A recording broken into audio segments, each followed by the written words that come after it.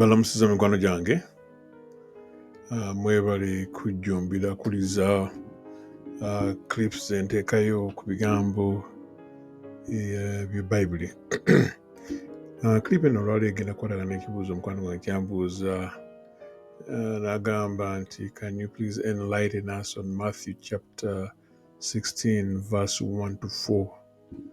Abatamanyi what that verse entails ngenda gisoma wano. Next screen awo ngenda giteekawo kansonga egisoma wano agamba the Pharisees also with the Sadducees came and tempting desired him that he would show them a sign from heaven. He answered and said unto them, when it is evening, you say it will be fair weather, for the sky is red. And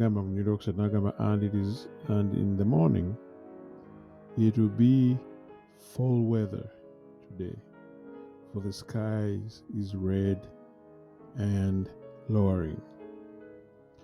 O ye hypocrites, you can discuss the face of the sky, but can ye not discern the signs of the times? Yeah, a wicked and adulterous generation seeketh after sign, and there shall no sign be given unto it, but the sign of the prophet Jonah.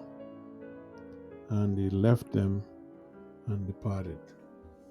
Abasajja bano Sadukaayo n'Abafalisaayo bajja n'attitude towards Christ. Bajja nga bademandinga by force or power that Jesus Christ shows them a sign from heaven. Okubalaga nti he has authority from heaven, or that he's from heaven, or that he's God sent.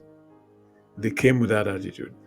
Naye Mukama ekibuuzo ky'ansa gye bawa n'abagamba nti ye mwabalabudde ku macanga bwa red nemanya nti olunaku kugenda kuba lubi, akawungeezi eggulu limu ne bulanga sky nga za red nemanya nti enkyalo lujja kuba bulungi. Nathers baali bategeera ekimala nga basoma obubonero batunda ku ggulu ne balaba enkyago nti olunaku lujja kuba bwe luti oba kumakya nti awo olunaku lugenda kuba lubi, based on what they were seeing.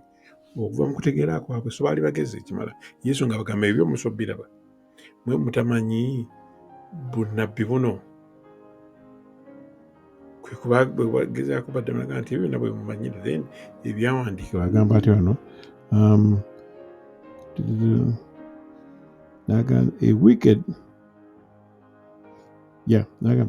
a wicked and adulterous generation seeks after a sign, and there shall be no sign given unto it but the sign of Jonah. N'agamba mmwe wicked and adulterous ategeeza ki? Adulterous kigambo kiva mu bwenzi. Ye kyagamba nti Abafalisaayo bonna Abasadukaayo bonna baali benda ku bakyala baabwe. No, yali ayogera ku Basadukaayo n'Abafalisaayo baali benzi nga bavudde Katonda waabwe omu bw'ati ne going after other gods. Even in this particular case ya Yesu ng'ali mu maaso gaabwe baali manyi in the back of the minds ono mwana wa Katonda, naye lwakuba nti obwa Mesaya bwe bwali tebutuuka kifaananyi kye baali basuubidde Mesaya agenda okujja obamalako bannakyemalira Abaroma. Ng'amulaba ayogera mirembe, ayogera bino bya mirembe, tayogera ku kukyusa gavumenti.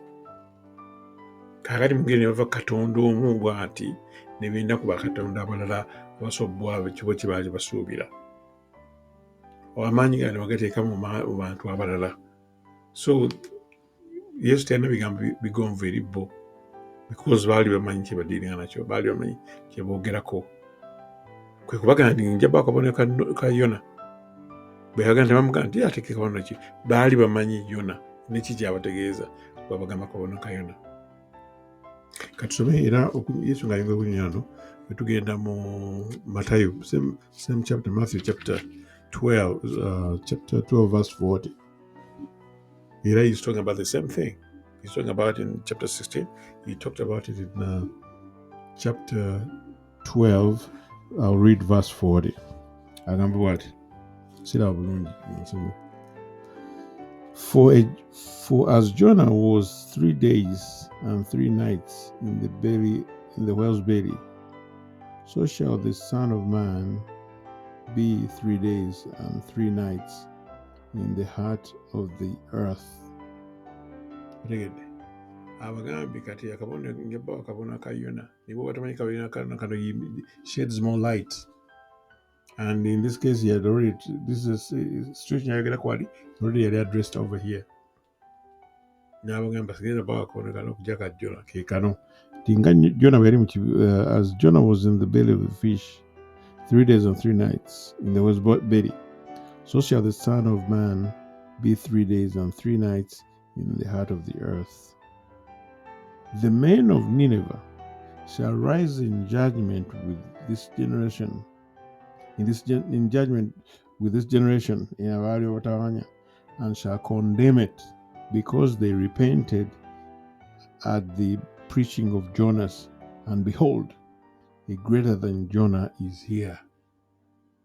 Odde ebigambo ebyo Yesu abagamba nti abantu b'e Nineva bwe baawulira okulabula kwa nabbi Yona bakkiriza obubaka obwo ne beenenya ne batabeera destroyed. Naye bano ate nga yali Yona kali Yesu abaga nti ate omuntu asinga Yona abali wano mu maaso, nze njogera nammwe ne mukyasaba bu signs na byamagero okuva mu ggulu ddala temubyagala kuva wala mu ggulu. Naye nga bawo olunyiri olulala n'agamba olwa 42, the queen of Sheba, the south, shall rise up in judgment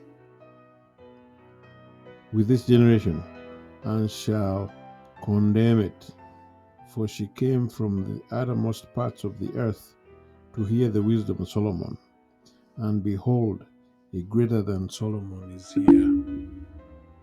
Bano abamugamba tulage obubonero abawa akabonero ka Jonah. Abantu baawulira Jonah yagamba ne bakyuka, ekibuga kyonna ne kyuka, ate mmwe nze mbalabula kati olwaleero nze Yesu omwana wa Katonda yava mu ggulu, and I'm greater than all those, naye mugezaako omusaba obubonero bw'enjawulo. Sijja ba mutunulire Yona ekyali mu biseera byonna. Akabonero akalala ka Sheba, Queen Sheba tumuwulirako tumusomako, yava mu Africa, I think they say from Ethiopia. Najja n'awulira ebigambo Solomon bye yawulira n'abyegomba nadde n'abiwulira ebyabwe, naye n'abaga nti Abashiba yava ewala eyo yonna yajja n'awulira ebigambo bya Solomon bye yayogera. Naye kati ali bigger than Solomon is right in your midst. Instead of listening to what I'm telling you, you're arguing and biting each other. Kitulaga obubonero. So akabonero ka Yona akasooka ak'okubeera mu ekyennyanja okumala ennaku 3, baali abategeeza kye baali bajja okulaba oba kye baali badde basomako, omwana muntu yali okuweebwayo mikono gy'omwono, mikono gya Sitaani, attibwe akome ku musaalaba, then oluvannyuma azuukire. Yona ekyennyanja bwe kyamulya tekyamulya mirembe na mirembe, kyamumira n'avaawo ne kimwandula after 3 days. Yesu yali abategeeza nti mu nnaku 3 agenda kubanga ali mu mikono gya Sitaani gy'ensi, nga takyalina dependence on God for those 3 days.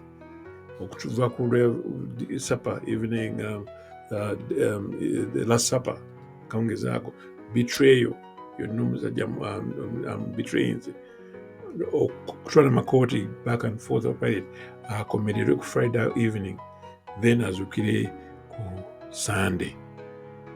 Bw'obaala okuva ku Thursday, we were betrayed.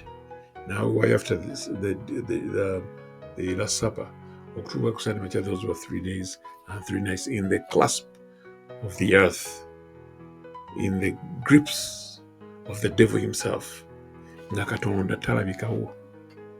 Ebigambo ebyo Yesu byayitamu ebyokugezesebwa byonna yabikola Katonda, taliwaniddwa Katonda with extra help, no.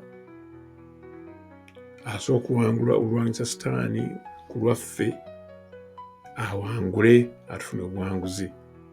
So that is what he was talking about in this segment, in this particular verse, Matthew chapter 1 to Matthew chapter 16. verse 1 to 4. Niwali mu Matthew chapter 12 verse 40.